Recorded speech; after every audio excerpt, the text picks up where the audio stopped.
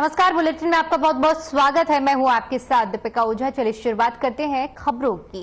फतेहपुर खागा तहसील सभागार में 14 जुलाई को उत्तर प्रदेश राज्य विधिक सेवा प्राधिकरण लखनऊ के निर्देशानुसार महिलाओं के हित संरक्षण कानूनी संबंधी विधिक साक्षरता और जागरूकता शिविर का आयोजन किया गया। बता दें कि मुख्य अतिथि नित्य पांडे अपर जिला जज सचिव ने दीप प्रज्वलित करते हुए शिविर का शुभारंभ किया। इस शिविर में श्रम विभाग संबंधी, पुलिस विभाग, स्वास्थ्य संबंधी और अन्य विभाग के उपस्थित अधिकारियों ने महिलाओं को जानकारी देते हुए जागरूक किया।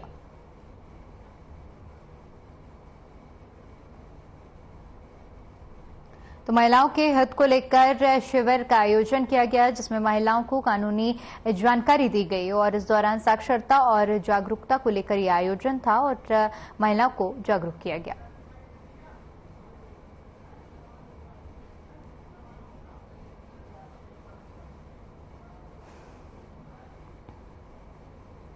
खबर हमीरपुर जिले के अलरा गांव से है, जहां पर शराब के नशे में धुत होकर एक शराबी ने किसी बात से नाराज होकर अपने बाबा की डंडों से बेरहमी से पिटाई कर दी, जिससे बुजुर्ग की मौके पर ही मौत हो गई। इसके बाद शराबी मृतक के शव के साथ लेटा रहा। स्थानीय लोगों ने घटना की जानकारी ग्राम प्रधान को दी। वहीं ग्राम प्रधान की सूचना पर पहुंची पुलिस ने आरोपी को हिरासत में लेकर पूछताछ शुरू की और शव को कब्जे में लेकर पोस्टमार्टम के लिए भेज दिया है। पुलिस पूरे मामले की जांच में जुटी हुई है।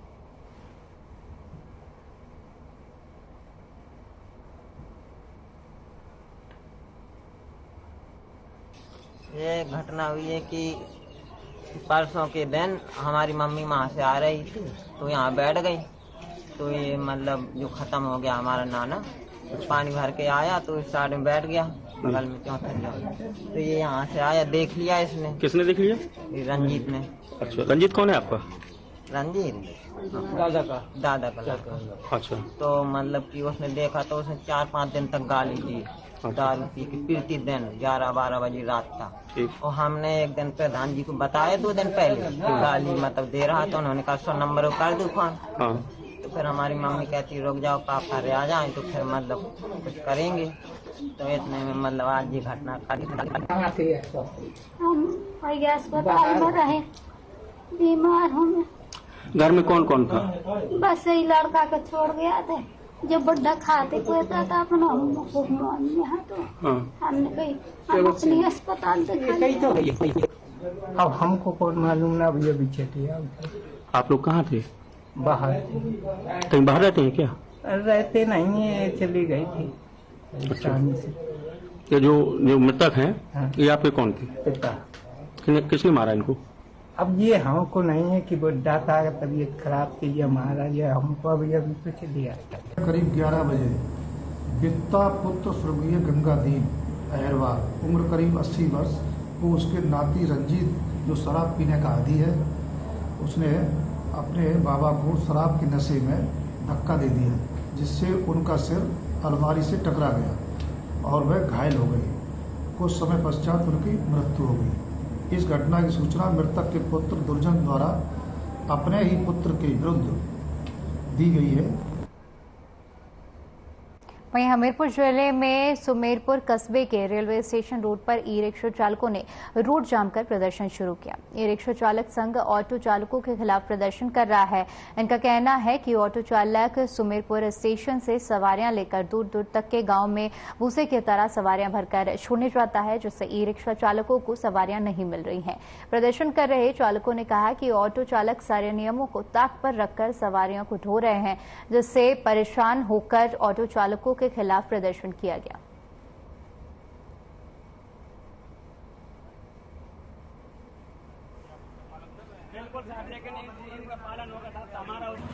दिक्कत हम लोगों को यही है कि सीएनजी वालों से हमको बड़ी दिक्कत है। वहाँ से भी आते हैं तो वहाँ से सीधा स्टेशन लेके आते हैं और यहाँ से भी लेके जाते हैं स्टेशन से सवारियाँ हम लोगों के लिए। हम लोग बहुत परेशान रहते हैं। हम लोगों का प्रशासन ने रूट निर्धारित किया था, लेकिन यहाँ के डग्गा मार सीएनजी जो अवैध डग्गा मार हैं, ये लोग आकर आए दिन झगड़ा करते हैं। इन गरीब रिक्शा वालों की सवारियाँ स्टेशन परिसर से लेकर के सीधा मुड़ेरा, मेहुना, सिसोलर, जसपुरा, हमीरपुर, मौदा, इंगोटा ये दूर दूर दराज की सवारियां ले जाते हैं। और ये गरीब रिक्शा चालक जो बेचारे लोन से पैसा लिए हैं, किस्तें नहीं भर पा रहे हैं, बड़े खड़े रहते हैं। जिस विकासखंड कार्यालय का मुख्य विकास अधिकारी ने निरीक्षण किया। निरीक्षण के दौरान उन्होंने सबसे पहले परिसर की साफ सफाई व्यवस्था को देखा, जहां पर सफाई व्यवस्था दुरुस्त न मिलने पर उन्होंने कर्मचारियों को फटकार लगाई और सफाई व्यवस्था दुरुस्त करने के लिए कहा गया। इस दौरान ब्लॉक परिसर में फैली गंदगी को देखकर सीडीओ ने मौजूद कर्मचारियों को सफाई व्यवस्था दुरुस्त करने के निर्देश दिए। इसके बाद उन्होंने ब्लॉक के दस्तावेजों का निरीक्षण किया। मनरेगा योजना में मास्टर रोल दस्तावेजों के रखरखाव और वित्त योजनाओं से संबंधित रिकॉर्ड भी चेक किए गए और रखरखाव का लेकर आवश्यक दिशा निर्देश भी दिए गए। सीडीओ ने सरकारी योजनाओं का लाभ प्रत्येक पात्र व्यक्ति को पहुंचाने के निर्देश दिए। साथ ही साथ लोगों के कार्य समय से पूरा करने और उन्हें परेशान किए जाने के भी निर्देश दिए।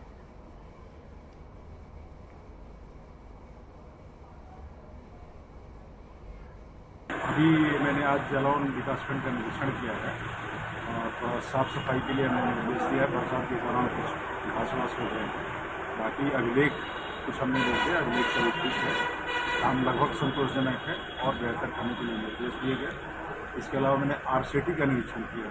आरसीटी में प्रशिक्षण की गुणवत्ता बढ़ाने के लिए हमने जोर दिया, उनको बताया कि देखते उसको। पशु चिकित्सालय का निरीक्षण किया, डॉक्टर साहब मीटिंग में जाना बताया गया वहाँ पर। वहीं लखीमपुर खीरी बॉर्डर क्षेत्र खखरौला घाट 70 बटालियन एसएसबी बरसौला ने हैदराबाद से 3 युवक करोड़ों की संपत्ति का मकान मालिक के घर से चोरी कर तिकोनिया खीरी खखरौला घाट के रास्ते से होकर पार जा रहे थे, जिन्हें रास्ते में ही 70 बटालियन बरसौला एसएसबी के जवानों ने पकड़ लिया। बता दें कि चोरों के पास से एक इनोवा गाड़ी, 3 नेपाली और एक ड्राइवर, 36 लाख नगद और 4.5 किलो चांदी, 450 ग्राम सोना पकड़ा गया है। 70 बटालियन एसएसबी बरसौला ने हैदराबाद पुलिस को 3 अभियुक्तों को माल समेत सुपुर्द किया है।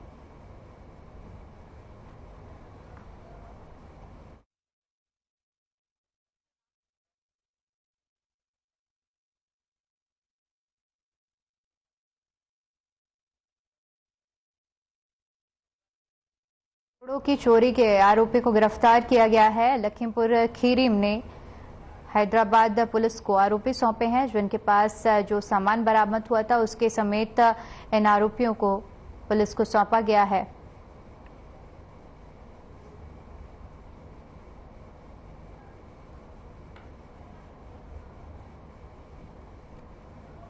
तो लखीमपुर खीरी में हैदराबाद पुलिस को एसएसबी बरसौला को बड़ी कामयाबी मिली है, जहां पर पुलिस ने इन आरोपियों को गिरफ्तार किया है और इन आरोपियों को हैदराबाद पुलिस को सौंप दिया गया है।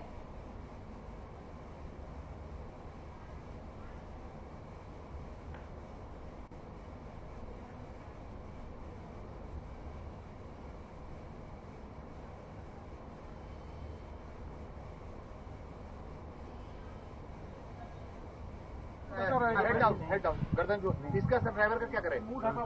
ड्राइवर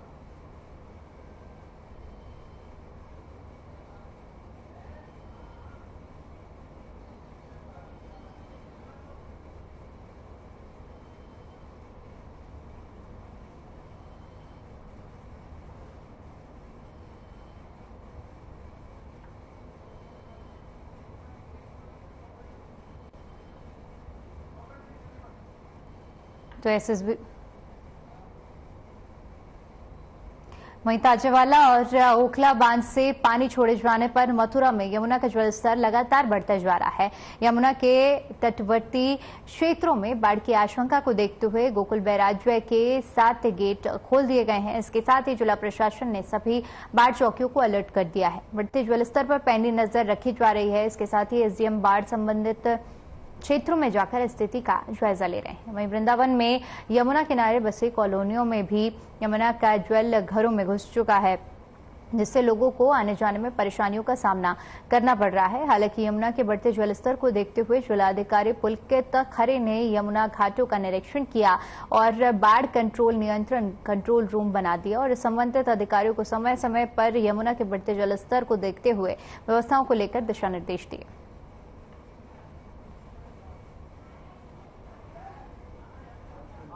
अब इस 36 घंटों में लगातार यमुना जी का जलस्तर बढ़ रहा है। इसमें दिल्ली से जो पानी छोड़ा गया है और जो भारी वर्षा पहाड़ी क्षेत्रों में हुई उसका प्रभाव अब मथुरा में देखने को हो रहा है।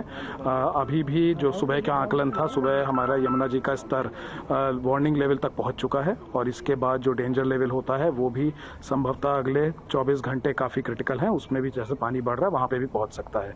हमने 60 गाँव ऐसे आइडेंटिफाई करे हैं जो संवेदनशील हैं और इन संवेदनशील गाँवों में बाढ़ चौकियां स्थापित हो गई हैं। अगर बढ़ता भी है पानी।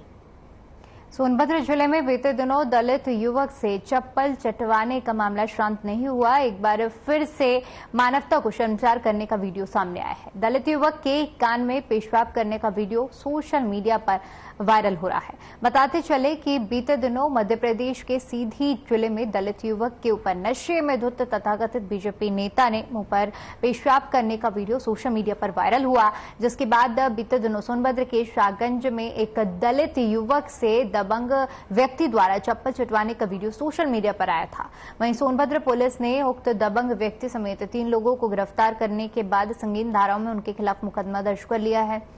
आज फिर दलित युवक के कान में पेशाब करने का वीडियो सोशल मीडिया पर वायरल होने लगा है।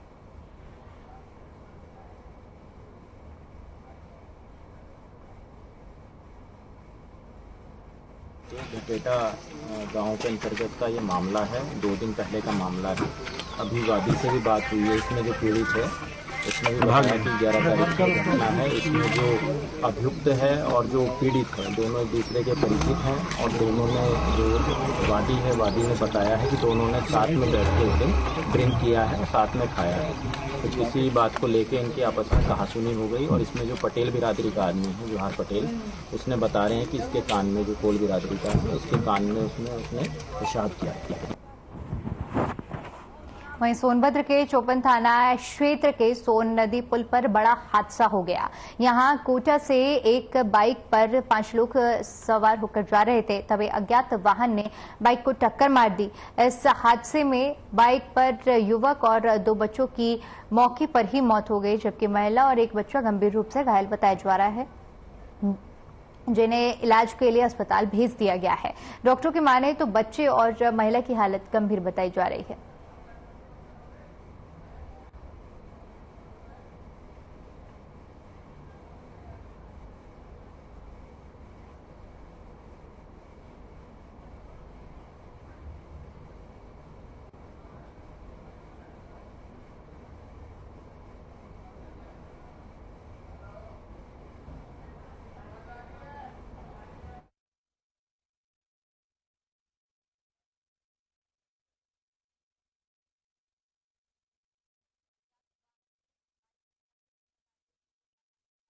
तीन लोगों की मौके पर ही मौत हो गई है, जबकि 2 लोग गंभीर रूप से घायल हो गए हैं। मामला सोनभद्र का है, जहां पर अज्ञात वाहन ने बाइक को टक्कर मारी और इस पूरी घटना में 3 लोगों की मौत की खबर सामने आ रही है और 2 लोग गंभीर रूप से घायल हैं।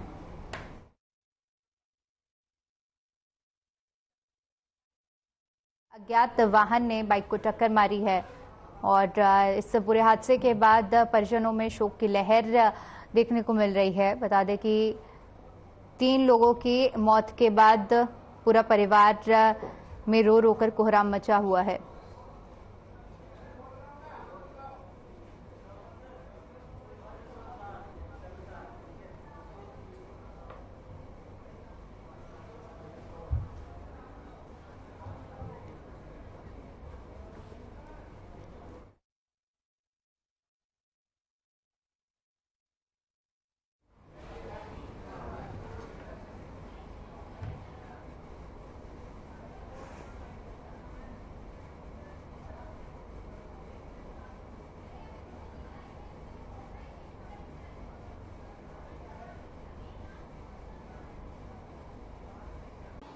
श्री दिनेश प्रताप सिंह जी, परिवहन विभाग के मंत्री श्री दयाशंकर सिंह जी, प्रदेश के मुख्य सचिव श्री दुर्गा शंकर मिश्र जी, कृषि उत्पादन आयुक्त श्री मनोज कुमार सिंह जी, महापौर श्रीमती सुषमा करकवाल जी, प्रमुख सचिव गृह श्री संजय प्रसाद जी, लखनऊ में उपस्थित उत्तर प्रदेश समेत देश के अलग अलग क्षेत्रों से आए हुए सभी बागवान, निर्यातक, कृषि वैज्ञानिक और अन्य उपस्थित भाइयों बहनों, लखनऊ आम महोत्सव में मैं आप सबका हृदय से स्वागत करता हूं। चलिए बढ़ते हैं अगली खबर की ओर। हमीरपुर जिले के सुमेरपुर थाना क्षेत्र के बाकी गांव में बैंक और साहूकार के कर्जों से परेशान एक किसान ने गांव में बनी गौशाला में फांसी का फंदा लगाकर आत्महत्या कर ली। परिजनों का कहना है कि किसानों पर कई लाख का इस किसान पर कर्ज था, जिससे परेशान होकर किसान ने आत्महत्या की है। जबकि परिजनों ने किसान का शव फांसी के फंदे पर लटका देखा था तो कोहराम मच गया। पुलिस ने किसान के शव को कब्जे में लेकर पोस्टमार्टम के लिए भेज दिया है और मामले की छानबीन शुरू कर दी है।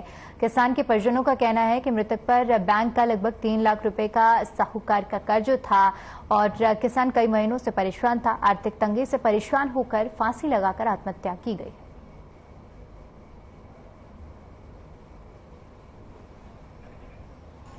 बैंक का कर्ज था, भूमि विकास का इलाहाबाद का कर्ज था और गुमसुम रहते थे।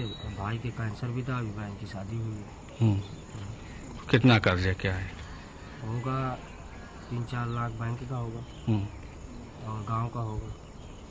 कितना गांव का? 2 लाख।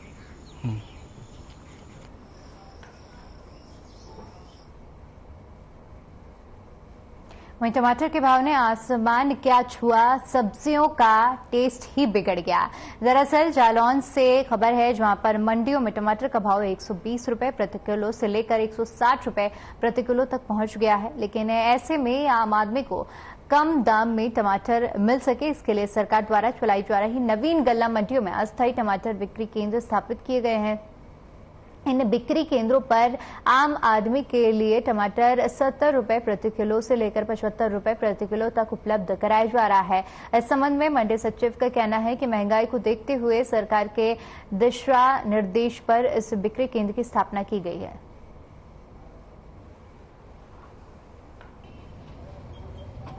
टमाटर की बढ़ती हुई कीमतें, हमको सरकार द्वारा निर्देश प्राप्त हुए कि इसको महंगाई को कंट्रोल करते हुए टमाटर को 70 से 75 रुपए किलो आम जनमानस को आधा किलो 1 किलो से ज्यादा ना दिया जाए।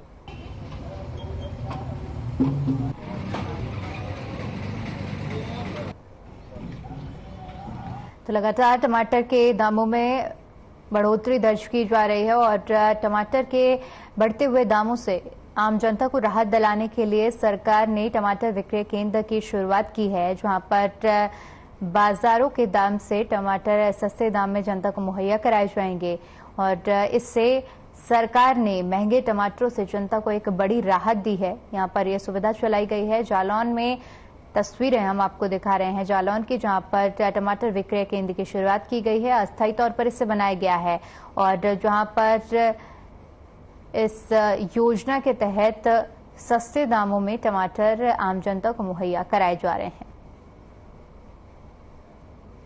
60 से 70 रुपए से लेकर 75 रुपए तक की कीमत में टमाटर बेचे जा रहे हैं और बाजार हस्तक्षेप योजना के अंतर्गत टमाटर विक्रय केंद्र की अस्थायी शुरुआत की गई है और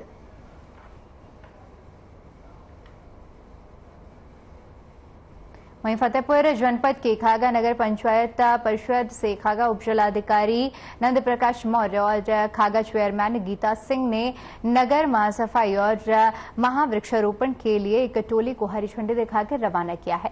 इस सफाई महाअभियान के तहत कूड़ा उठाने के लिए नगर पंचायत की ओर से 3 नई गाड़ियां खरीदी गई हैं, जिसे हरी झंडी दिखाकर नगर में कूड़ा उठाने के लिए भेजा गया है।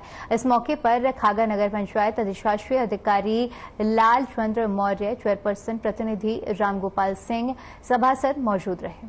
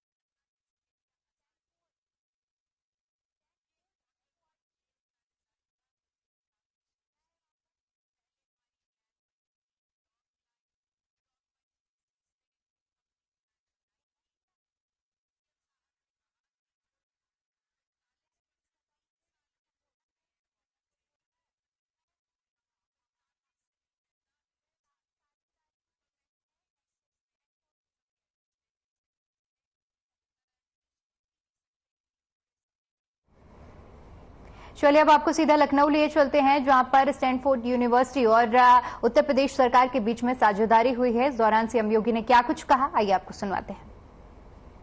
ये नए नए स्टार्टअप स्थापित हुए हैं, यूनिकॉर्न के रूप में उन्होंने एक नया स्थान बनाया है और उत्तर प्रदेश भी इन वर्षों में तेजी के साथ आगे बढ़ा है। लेकिन बहुत सारी चीजें हैं जो हमारे सामने उदाहरण हो सकती है, खासतौर पर कोविड मैनेजमेंट का। भारत ने कोविड मैनेजमेंट में दुनिया के अंदर एक बेहतरीन प्रदर्शन किया है। उत्तर प्रदेश के अंदर इस पूरे कोविड मैनेजमेंट का जो बेहतरीन प्रदर्शन हमने देश के अंदर किया, 24 से 25 करोड़ की आबादी तो उत्तर प्रदेश की है, लगभग 6 करोड़ की आबादी अदर स्टेट की भी यूपी पे निर्भर करती है अपने स्वास्थ्य सुविधाओं के लिए। और देश के अंदर सबसे कम मृत्यु दर, बेहतरीन कोविड प्रबंधन के साथ उत्तर प्रदेश अग्रणी राज्यों में देश के अंदर कोविड प्रबंधन के लिए रहा है।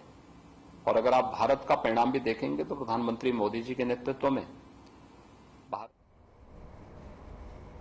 खबर गोरखपुर से है, जहां पर शोहदों की छेड़खानी से तंग आकर युवती ने पढ़ाई ही छोड़ दी। दरअसल मामला शाहपुर थाना क्षेत्र का है, जहां पर बीएड की छात्रा ने शोहदों से तंग आकर मजबूरी में पढ़ाई को छोड़ दिया। युवती ने बताया कि महीनों से थाने और पुलिस महकमे के उच्चाधिकारियों के यहां चक्कर लगा रही है और उसे न्याय नहीं मिल रहा। महिलाओं बालिकाओं की सुरक्षा के लिए प्रदेश सरकार लगातार सख्त है और समय समय पर महिलाओं की सुरक्षा को लेकर समीक्षा भी की जाती है। बावजूद इसके गोरखपुर जनपद के शाहपुर थाने पर एक युवती को न्याय क्यों नहीं मिल रहा, ये सोचने वाली बात है।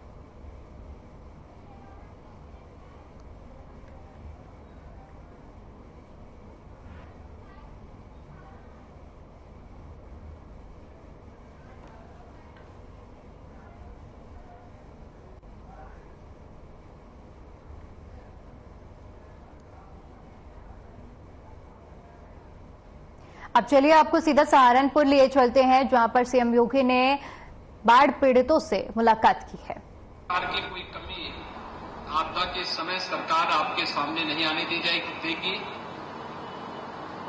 जिन किसान बंधुओं की फसल को नुकसान हुआ है, हम उसका भी तत्काल सर्वे करवाएंगे और नुकसान के अनुरूप उन लोगों को आर्थिक सहायता भी बहुत शीघ्र उपलब्ध करवाने का कार्य करेंगे।